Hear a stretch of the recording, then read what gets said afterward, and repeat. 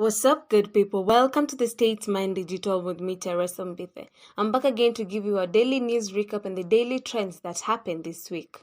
And to start with our top story. President William Ruto directed the Ministry of Education to postpone school reopening for the second term until further notice due to the ongoing flood situation marking the second delay. The schools were set to open on Monday before they were postponed to the 6th of May. Havoc. The reopening date of our schools after the April holidays, which was scheduled for Monday this week, has had to be varied. Transportation has become challenging in many parts of the country due to flooded and damaged roads and bridges, and the threat of ravaging rivers and overflowing dams in downstream regions is immense. Water volumes in the Seven Forks Hydroelectric Power Dam have hit historic highs, with Masinga and Kiambere dams already spilling over through the managed spillways and threatening to overflow into neighboring settlements and causing devastation downstream in Garissa and Tana River counties. Sadly, we have not seen the last of this perilous period, as the situation is expected to escalate. The president stated that the heavy rains and subsequent flooding have so far claimed the lives of 210 people. He stated that the meteorological department indicates the rain will increase in intensity. Transportation has become challenging in many parts of the country due to the floods and damaged roads and bridges, and the threat of raging rivers and overflowing dams in the downstream areas. He also later stated that Kenya may face its first ever cyclone. The cyclone named Hidaya could hit at any time, which will cause torrential rain, strong winds and dangerous waves which could disrupt marine activities in the Indian Ocean and settlement along coastal region. He concludes that together we will win against the climate change and build a resilient nation. Kenya may face its first ever cyclone. This cyclone named Hidaya could hit any time and is predicted to cause torrential rain, strong winds, and powerful and dangerous waves, which could potentially disrupt marine activities in the Indian Ocean and settlement along the Kenyan coast. Our country must act decisively and swiftly to mitigate the devastating impacts of the present crisis and protect life and property. The loss of human life, displacement of people, and destruction of property has been most profound within fragile ecosystems on which the government has taken the following steps. First, the government has mapped out 178 dam and water reservoirs situated within public and private lands in 33 counties, which are already full and present imminent danger to adjacent settlements and people. Second, areas prone to landslides and mudslides in various counties have been identified as high-risk areas from which the adjacent settlements have to be evacuated. Third, relocation notices have been issued to all persons living in unplanned settlements within riparian reserves along rivers, streams, and other water courses. Acknowledging the gravity of this unfolding situation, the Cabinet has met 3 times over the last 10 days to provide leadership on a whole-of-government response to this crisis. To support disaster response and mitigation efforts across the country, the Treasury has been directed to provide adequate resources and work with other development partners to provide for the purchase and supply of food, medical, and other non-food items. County security committees are directed to determine on a case-by-case basis the radius that shall constitute the scope of the area subject to evacuation and mandatory relocation that has already been pronounced.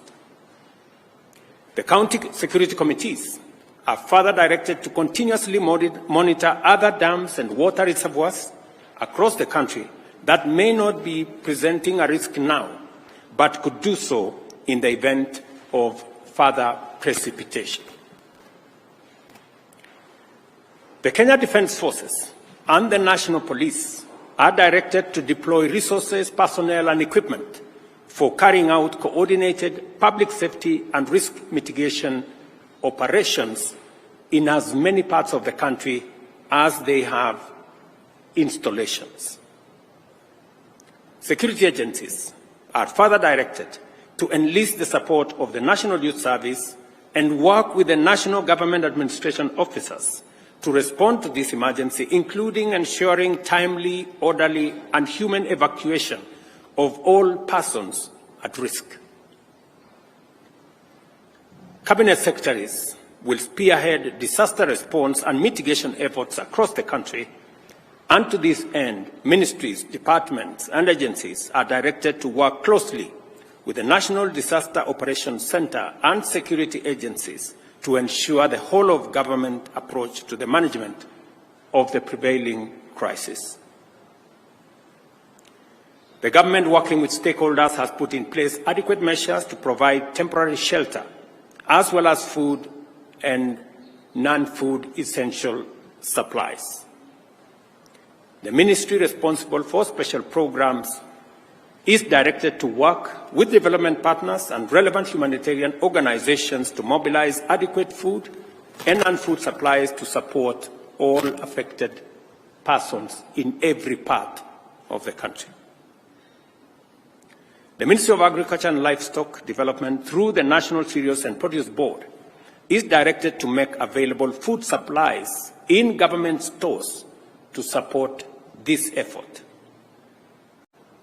The Ministry of Health is directed to work with development partners, including the World Health Organization, AMREF, Red Cross, UNHCR, World Food Programme, and other relevant humanitarian agencies to mobilize resources and logistical support to avail essential drugs, food, and other medical supplies to those affected.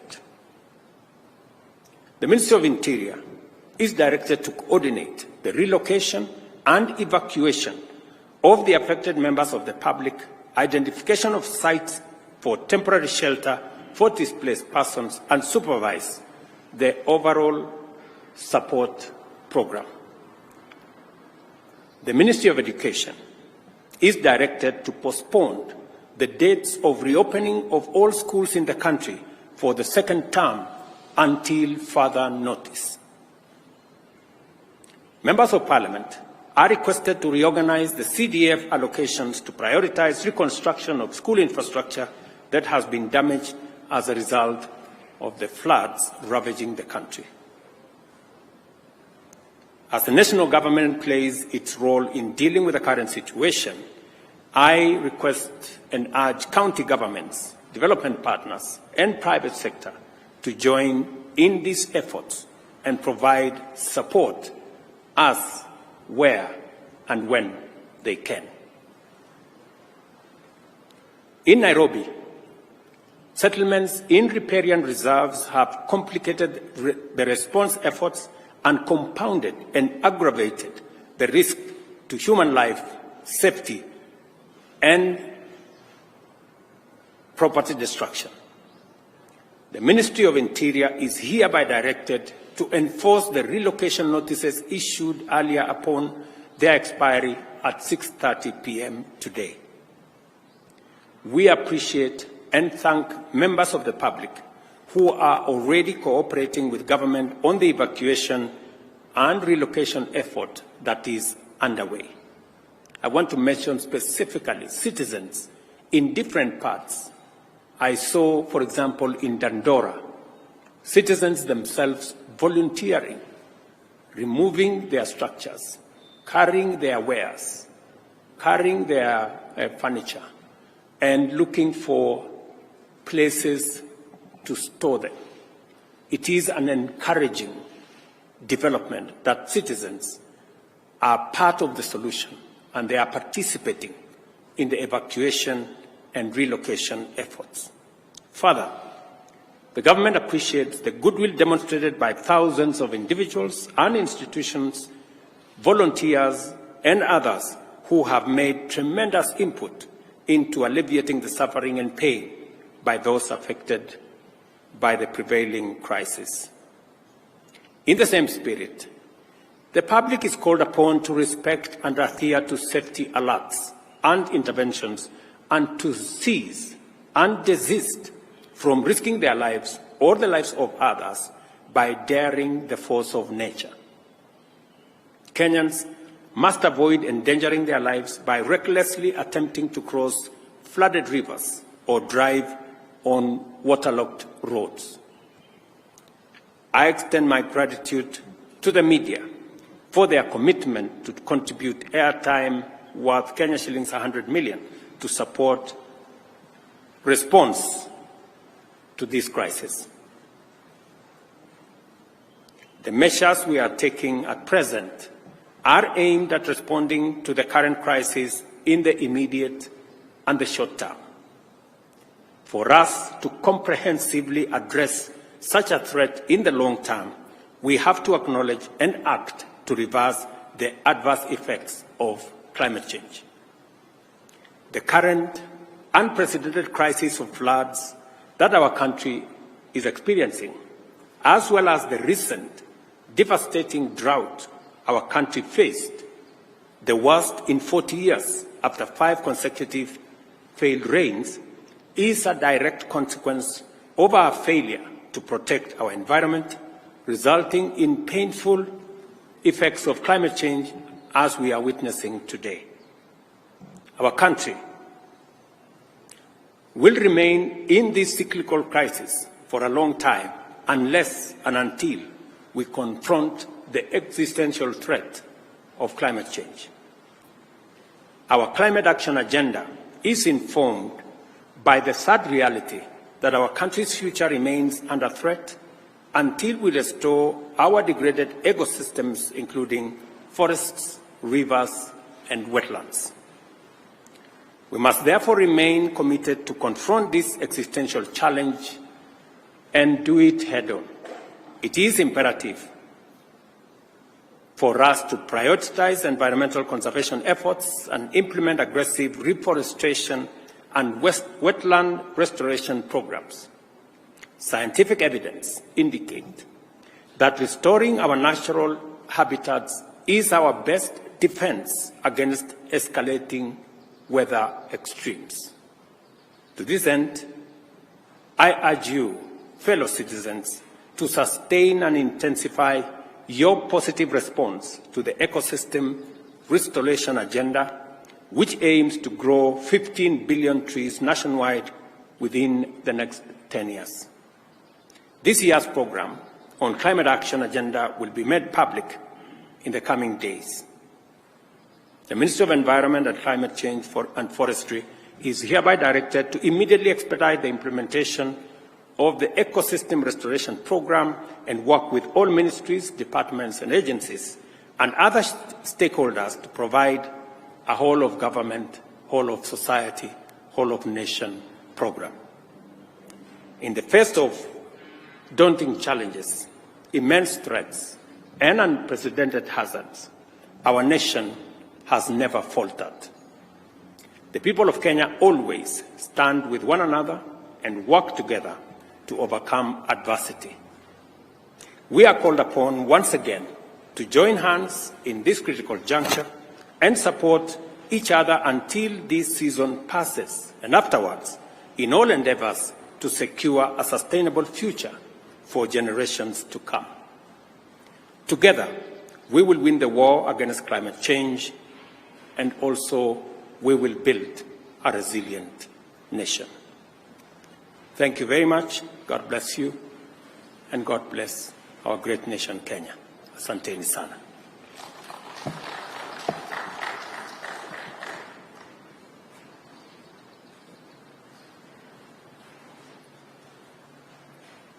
Thank you very much. Your Excellency, my name is Mwangi Maina from Inoro TV.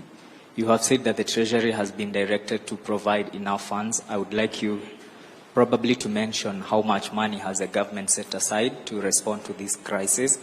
Again, you have asked the county governments to work in collaboration with the Ministry of Interior. We have seen some counties have already started setting aside money to respond to this crisis. So how will the national government and the county government work hand in hand to ensure that there is a seamless response? Thank you. We have three things in quick succession.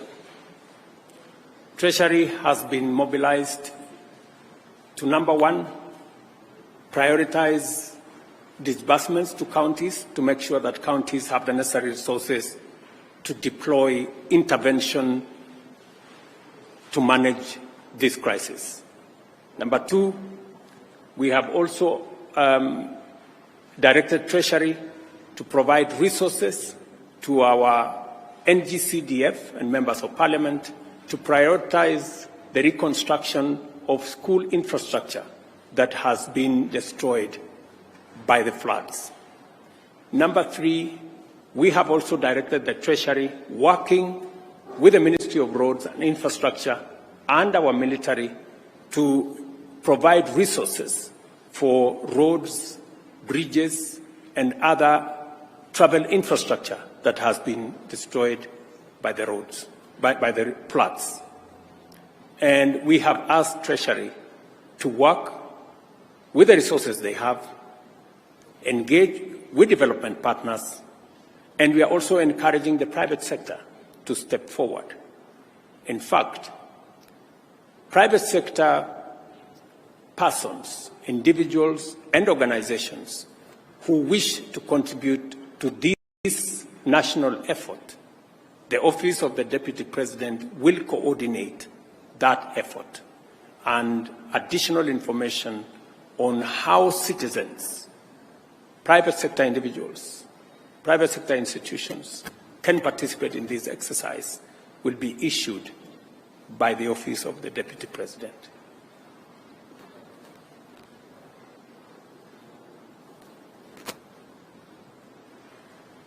Mr. President, my name is Paul Kirobi from TV47. I have a question pertaining the doctors' strike. How will the government ensure that Kenyans continue to get healthcare services? And another question, what is the status of the dams that were earmarked for the construction by the government? Thank you. I think let's keep to the subject of this press conference. Other matters will be handled differently. Thank you very much. Your Excellency, my name is Safina Cheng from Citizen TV. I have a question. Most of the Kenyans are not sure where to go when they are receiving this warning that they should move to higher grounds. Probably just explain to us what exactly the government has done to provide order and organize them to know where to go when they are told to move to higher grounds. Members of the provincial administration, members of the national government administration officers, our security agencies are already working with communities, with county government officials, on identifying the areas that citizens can be relocated to. There is a whole of government process underway in different parts, especially in the fragile areas that we believe are dangerous and we need to evacuate citizens. So there is already a comprehensive plan run by the Ministry of Interior, working with county governments, working with communities on the ground. And that is why I was saying some community members have demonstrated tremendous patriotism and cooperation by being available to be evacuated, participating in the relocation exercise. And it is commendable that citizens themselves are taking charge of this process, working with members of the national government, the county government, and our security agencies. Naitwa Sarafina Robi kutoka KBC. Swali langu ni kuhusiana na ufunguzi wa shule. itakuwaje kwa zile shule ambazo wanafunzi walikuwa washarejea shuleni, na vile kwenye Wizara ya Elimu tunatarajia kuweza kuona kusoma kupitia mfumo wa kidijitali? Wizara ya Elimu tayari iko na maagizo na maelezo ya vile mambo ya shule itaendelea kutoka hapa. Tumesema mashule yale yalikuwa yanatarajiwa kufunguliwa Jumatatu, sasa hayatafunguliwa mpaka pale mwongozo mpya utakapotolewa, na wizara inaelewa vile itashirikiana na waalimu na viongozi wa mashule kuendeleza sekta hiyo ya elimu kama janga hili litaendelea baada ya wiki ijayo. Serikali itatoa mwongozo zaidi baada ya wiki ijayo. Thank you very much. God bless you. See you next time.